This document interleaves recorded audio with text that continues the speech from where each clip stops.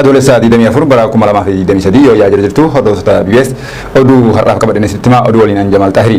Mootummaan Itoophiyaa hooggantoota olaanoo adda bilisummaa Oromoo torbaa kan ajajaa mana murtii malee seeraan alaa waggoota 3 mana hidhaa garaagaraa keessatti tursiisaa ture hatattamaan akka gadi lakkisuu dhaabbanni mirgoota namoomaa Human Rights Watch gaafate.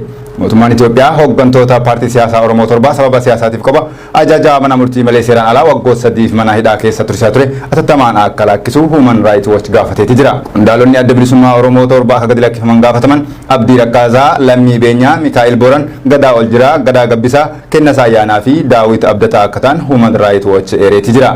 Manni murtiis irra deddeebiin akka hiikaman ajaja dabarsus poolisiin Oromiyaa ajaja darbe diduun qondaalota jaabara 2020 irraa eegalee Gadaa Gabbisaa immoo 2021 irraa eegalee mana hidhaatti dararaa jiraachuu ibsichi ifoomseeti jira.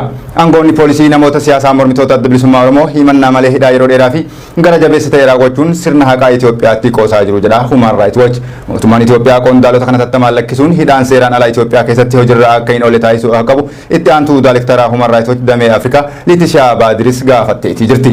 Akka ibsichaatti mootummaan sirna haqaa sirreessaa jiraachuu kan himu ta'us hidhaan jumlaa fi namoota ilaalcha siyaasaa isaanii irratti hundaa'uun hidhaa jiraachuu Human Rights Watch fi dhaabbileen mirga namoomaa biyya keessaa biroo gabaasuu irratti argamu. Poolisiin Oromiyaa hidhamtoota siyaasaa humnaan dhabamsiisuu, mana murtiitti osoo hin dhiyeessin tursiisuu, maatii fi firoottaniin akka hin daawwatamne taasisaa jiraachuu ibsichi eereeti jira.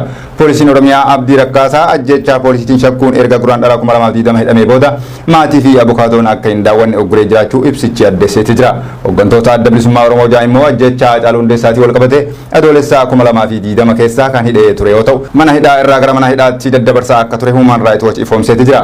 Human Rights Watch ragaalee jiran akka maatii fi firoottan hidhamtoota abukaatoo fi hoogganaa adda bilisummaa Oromoo dubbisuun waraqaa mana murtii fi galmee yaalii ilaale jedheen poolisii Oromiyaa adeemsa seeraa cabsuu ifoomseeti jira. Akkaataa heerri biyyattii ajajuun hidhamtoonni siyaasaa mana murtiitiin bilistaan akka gadi dhiifaman taasisuu Human Rights Watch ministeera haqaa biyyattiitiif yaamicha taasisuu ibseeti jira. Koomishiniin mirgoota namoomaa Itoophiyaa haala qabiinsa qondaalota adda bilisummaa Oromoo mana sirreessaa keessa jiran irratti mootummaa naannoo Oromiyaa wajjin marii geggeessuuf beellama qabachuu addi istaandartii kana dura gabaasee tureeti jira. Koomishinichi haala qabiinsa hooggantoota miseensotaa fi deeggartoota adda bilisummaa Oromoo mana hidhaa jiranii hordofaa turuu hoogganaa biiroo Koomishinii mirga namoomaa Itoophiyaa damee Jimmaa obbo Badhaasaa Lammeessaa Dajjisuun geggeessitoonni adda bilisummaa Oromoo torbatan ammas mana sirreessaa keessa jiraachuu ibseeti ture. Adda bilisummaa Oromoo qondaalonni fi deeggartoonni paartichaa seeraan ala hidhamaa jiru jechuun mana hidhaa irraa akka gadi lakkifaman gaafachaa tureeti jira. Lammiileen Itoophiyaa manneen hidhaa Saudi Arabiyaa garaagaraa keessatti argaman rakkoolee jajjabaa keessummeessaa jiraachuun himame. Lammiileen Itoophiyaa manneen hidhaa Saudi Arabiyaa kutaalee adda addaa keessatti hidhamanii jiran haala ulfaataa keessa jiraachuun himame. Hidhamtoonni Itoophiyaa manneen hidhaa Saudi Arabiyaa keessa jiran tajaajila namoomaa ugguramne haala ulfaataa keessummeessaa jirra jedhan. Keessumattuu baatilee dhiyeenyaa haalli qabiinsaa manneen hidhaa Saudi Arabiyaa adda addaa keessatti mul'achaa jiru akka rakkisaadha kan jedhan hidhamtoonni lammiilee Itoophiyaa kutaalee baay'ee dhiphootan keessatti daa'imman, dubartoonni ulfaa, manguddoonnii fi namoonni lakkoofsaan hedduu ta'an hidhamuun tajaajila nyaataa, qulqullinaa fi uffataas akka dhorkataman dubbatu. Akka hidhamtoonni Oromoo fi lammiileen biyyattii karaa dhoksaa ta'een ragaalee mana hidhaa keessa jiru baasaa jiranitti sababa haala qabiinsaa ho'a yeroo walii wal qabate guyyaa irraa gara guyyaatti lubbuun lammiilee Itoophiyaa darbaa akka jiran himan.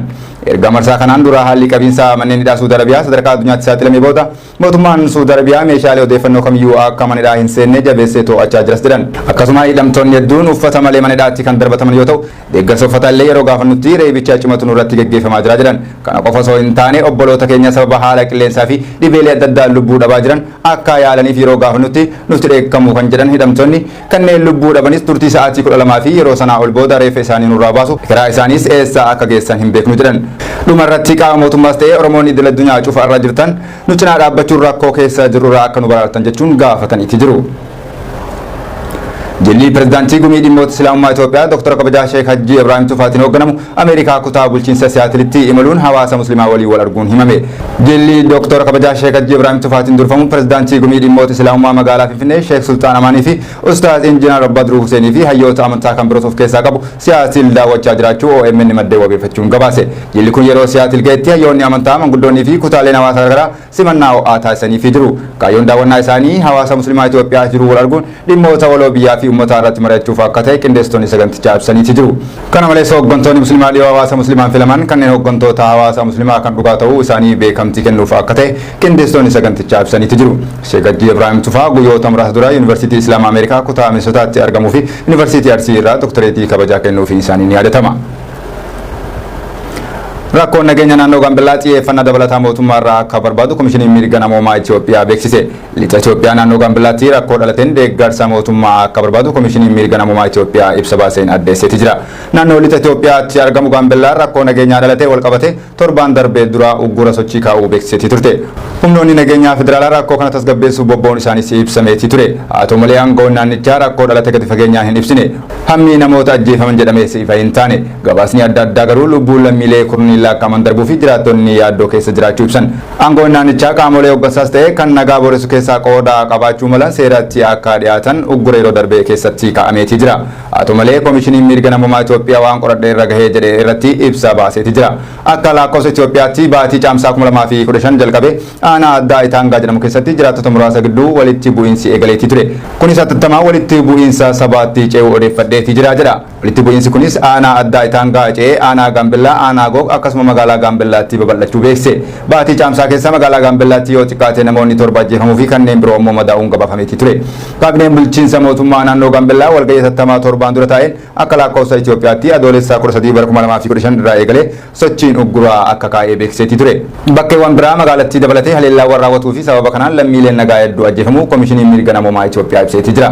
Ajjeechaan alaa miidhaan qaamarra ga'ee buqqaatii akkasumas qabeenyi barbadaa'uun Komishiniin Mirgoota Namoomaa Itoophiyaa ibsa baaseen addeesseeti jira. Yeroo ammaas rakkoo nageenyaa lixa biyyattii naannoo Gaambeellaatti mudate kanaan namoonni kurnoota lamaa ol ajjeefamuu fi 700 ol buqqa'uu Komishiniin Mirga Namoomaa Itoophiyaa ibseeti jira.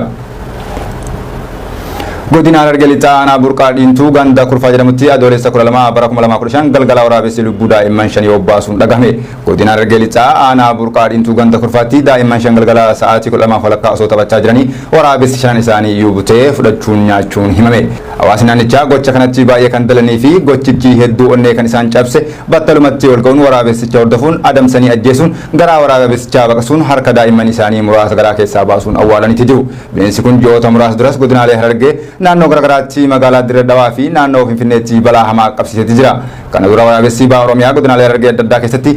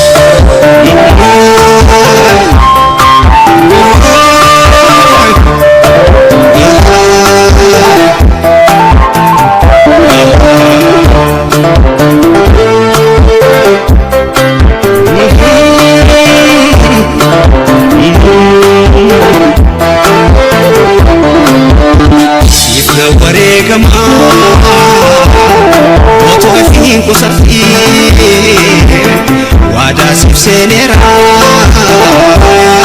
la fe goto tati sif ka kugalera